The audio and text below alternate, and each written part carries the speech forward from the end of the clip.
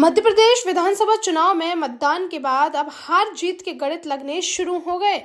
वहीं मतदान के दौरान कई जगहों पर हुए बवाल को लेकर भी कांग्रेस के पूर्व मंत्री सज्जन सिंह वर्मा ने बड़ा बयान दिया है, जहां उन्होंने कहा कि प्रदेश कांग्रेस अध्यक्ष कमलनाथ ऐसे अधिकारियों कर्मचारियों की सूची बनवा रहे हैं जिन्होंने लोकतंत्र की हत्या की है।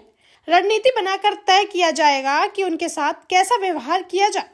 जैसा कि आपको मालूम होगा कि शुक्रवार को मध्य प्रदेश में मतदान तो संपन्न हो गया, लेकिन कई जगहों से बवाल की खबरें सामने आने के बाद कांग्रेस भी अब सरकार बनने पर बदला लेने के मूड में नजर आ रही। जहां कांग्रेस के पूर्व मंत्री सज्जन सिंह वर्मा ने मीडिया से बातचीत में कहा कि बीजेपी का हथियार बनकर काम करने वाले अधिकारी कर्मचारी भी लोकतंत्र के हत्यारे हैं। ऐसे अफसरों कर्मचारियों की सारी सूची कमलनाथ के पास आती जा रही। 1-2 दिन में सभी लोगों के नाम आ जाएंगे। इसके बाद वह कोर कमेटी के साथ मंथन कर यह निर्णय लेंगे कि इन लोगों के साथ कैसा व्यवहार हो और उन्हें कहां पदस्थ किया जाए। वहीं सज्जन सिंह वर्मा ने कांग्रेस की जीत का दावा करते हुए कहा कि केंद्रीय मंत्री नरेंद्र सिंह तोमर और कैलाश विजयवर्गीय हार रहे।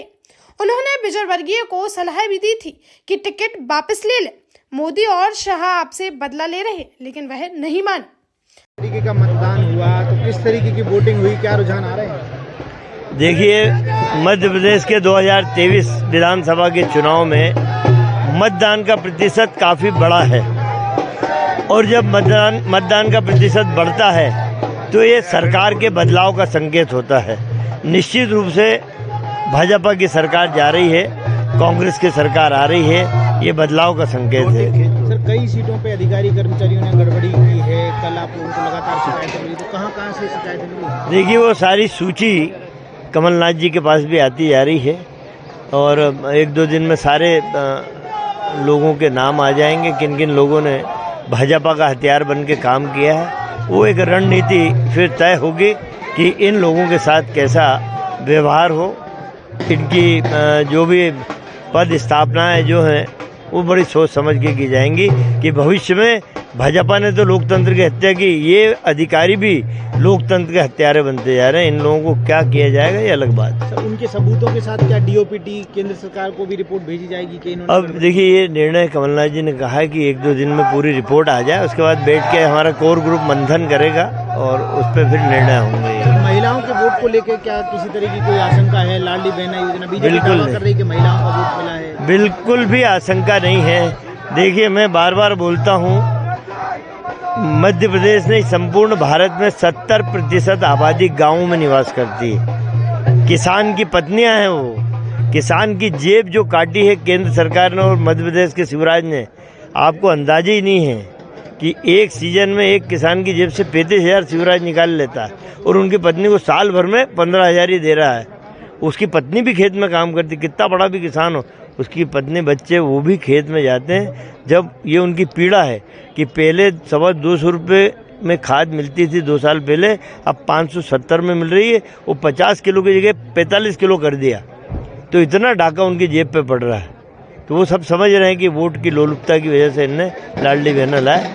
हम कैलाश जी का, नरेंद्र सिंह तोमर का क्या भविष्य होने वाला है? शिवराज सिंह चौहान का? देखिए, नरेंद्र तोमर तो 3rd पे हैं। हमारी जो रिपोर्ट आई है 3rd पे है नरेंद्र सिंह तोमर। कैलाश विजयवर्गीय को मैंने सलाह दी थी कि भाई चुनाव मत लड़, तेरे से नरेंद्र मोदी और अमित शाह बदला ले रहे हैं राजनीति का, मैंने टिकट वापस कर दे। कल पोलिंगों पे उनके टेबलों पे भीड़ नहीं थी बिल्कुल भी, इंदौर 1 नंबर विधानसभा में। इससे लग गया कि चुनाव हार रहे हैं। मामा का क्या फ्यूचर है? शिवराज जी का क्या फ्यूचर होने वाला है? फ्यूचर क्या है? शिवराज चुनाव ना, उनके भी संकट में फंसा हुआ चुनाव है, चुनाव फंसा हुआ है।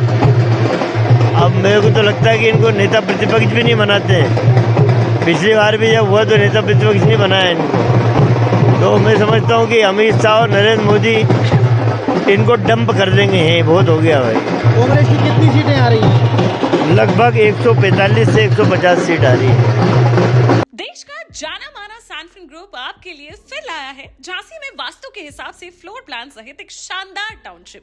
जिसमें सुरक्षा की दृष्टि से सीसीटीवी, एक ही ग्रैंड गेट से एंट्री और एग्जिट, चौड़ी सड़कें, parking, car wash area, senior citizen and international fountain parks, swimming pool, gym, badminton, tennis आदि courts, school, hospital, shopping mart आदि कई सुविधाएं। इसीलिए तो हम झांसी में लोगों की पहली पसंद।